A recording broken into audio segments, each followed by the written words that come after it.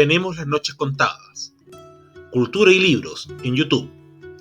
Nehuen Digital, la fuerza que necesita tu negocio para crecer en Internet. Y VBP Propiedades, gestión inmobiliaria en buenas manos, presentan Estudio 6.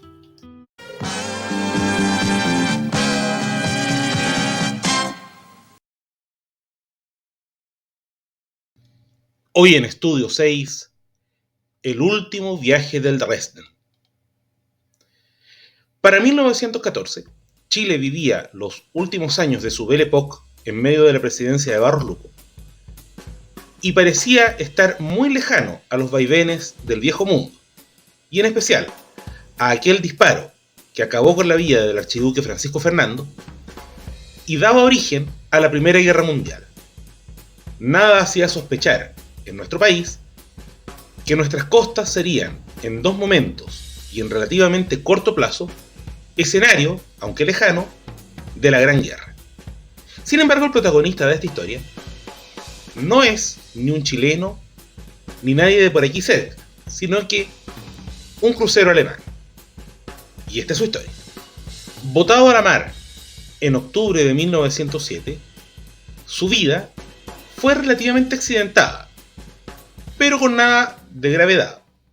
Su entrada a la historia grande tendría que ver, curiosamente, no con la Gran Guerra, sino que con la Revolución Mexicana. En tanto, fue enviado, por órdenes del Imperio, a costas mexicanas, concretamente al puerto de Veracruz, inicialmente para retirar a alemanes residentes en México en medio de la Revolución, pero, en uno de sus viajes cortos, también para asilar allí al dictador Victoriano Huerta y su familia, quienes abordaron el barco y se embarcaron rumbo a Jamaica.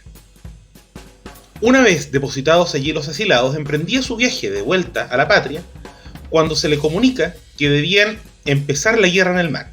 Alemania había entrado en el conflicto y por lo tanto al Dresden le corresponderían cumplir funciones militares, por lo que debería presentarse a la brevedad en la concesión alemana en China de Tsingtao.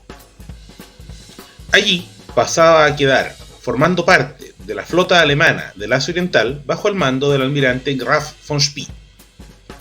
Tras recalar en la isla de Pascua, llegaría a la altura de la costa continental chilena, aproximadamente cerca de Coronel, donde el 1 de noviembre de 1914 se toparían con una flotilla del Reino Unido dirigida por el comandante Christopher Craddock, a la que aplastarían en el llamado combate naval de Coronel. Así, nuestro país se transformaba por primera vez en escenario de la Primera Guerra Mundial, pero con un resultado curioso.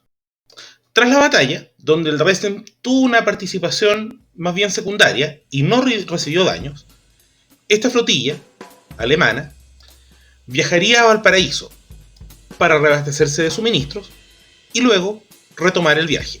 Su misión era hacer lo que se llamaba guerra corsaria, vale decir, ocupar esta flota del Asia Oriental y perseguir buques del enemigo, vale decir, del Reino Unido o de Francia, los que a su vez no se habían quedado tan tranquilos. De esta forma, la Royal Navy dispuso rápidamente el envío de naves de gran calado, tales como el Invincible y el Inflexible, que deberían guarecerse en las Islas Falklands o Malvinas, donde se encontrarían con la flota del almirante von Spee.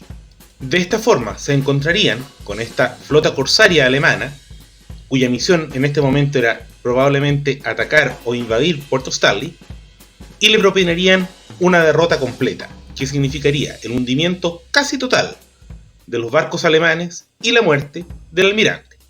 Sin embargo, hubo un sobreviviente, el Dresden, que sigilosamente huyó por el Cabo de Hornos, bordeando la costa chilena y esperando ser acogido en un puerto neutral. Se abastecerían momentáneamente en Punta Arenas para seguir luego rumbo al norte, puerto por puerto, hasta llegar a la altura de Corral, donde tras hundir un barco canadiense y ser detectados por un barco británico, preferirían seguir rumbo a alta mar hasta el archipiélago Juan Fernández, esperando no ser detectados por el enemigo. Pero no tuvieron tanta suerte. Con pocas reservas de carbón y apelando un poco a la buena fortuna, el Dresden, comandado por Fritz Lüdecke, trató de pasar desapercibido y llegó finalmente a la costa del archipiélago, concretamente el día 2 de marzo, pero allí sería descubierto por una flotilla de barcos británicos. Tras una serie de tratativas, la autoridad chilena, después de varios días, le ofreció, a contar de ese momento, 72 horas de reparación con sus propios medios al barco alemán, o bien internarlo en la costa con prohibición de combatir. Por otra parte, 3 barcos británicos, el Kent, el Orama y el Glasgow, lo sorprenderían finalmente, como hemos dicho, fondeando en la bahía de Juan Fernández el 14 de marzo de 1915. Si bien Chile era territorio neutral, los británicos no tuvieron inconveniente en empezar a presionar por la entrega del buque germano, cañoneándolo y dejando 7 bajas en la tripulación alemana.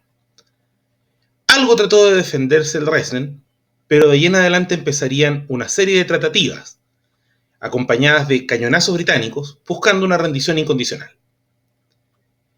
Al final había un plan definido. El comandante Lüdecke había determinado el hundimiento del barco. Y así, 1/4 para las 11 de la mañana de ese 14 de marzo, el comandante alemán hacía explotar la proa y con ello el barco empezaba a hacer agua. A las 11:35 minutos ya el hundimiento era evidente y terminada la jornada, el Dresden había dejado de existir. Provisoriamente, el comandante Lüdecke había determinado desembarcar a su tripulación para no seguir exponiendo a sus hombres y, en este caso, respetando la neutralidad chilena, los barcos británicos acogieron a los heridos e incluso los depositaron en el puerto de Valparaíso. Los que salvaron indemnes del, comillas, combate de Juan Fernández serían recogidos luego por el crucero Esmeralda, de proa chilena, y conducidos a su vez también a territorio continental nacional, todos con el compromiso de no abandonar el territorio chileno hasta el término de la guerra. Para efectos prácticos, el gobierno de Chile dispuso, para cumplir con todas las partes, relegar a los tripulantes alemanes en la isla Quiriquina, a la altura de Talcahuano. Del total, habrían 3 fugados. El resto, tras el término de la guerra, se quedaría viviendo en Chile, integrándose a la comunidad alemana residente en nuestro país y haciendo sus vidas para siempre en este suelo.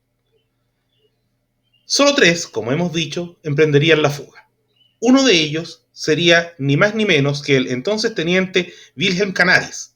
¿Y quién es este personaje? Quien se transformaría en el jefe de la inteligencia alemana en los años del Tercer Reich. Por otra parte, los restos del Dresden hoy día son considerados un monumento nacional y es una historia tremendamente apasionante para los entendidos por nuestra curiosa participación en la Primera Guerra.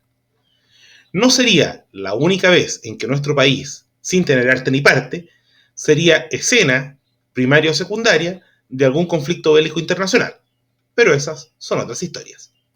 E no dia que alguém tiver que dar uma geral, quero ver bem a quem na luta do bem contra o mal. Vai!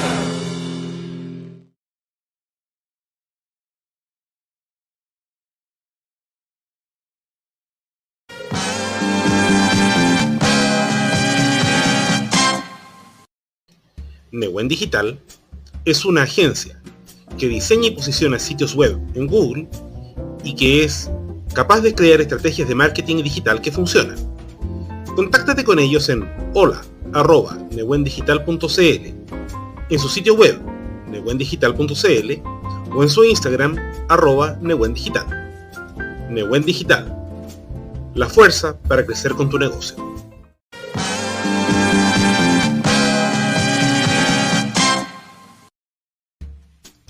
¿Quieres comprar, vender o arrendar una propiedad? Contáctate con VVP Propiedades. Más de 15 años en el mercado inmobiliario los avalan. Escribe a fmerilao@vvp.cl y deja tu gestión inmobiliaria en las mejores manos.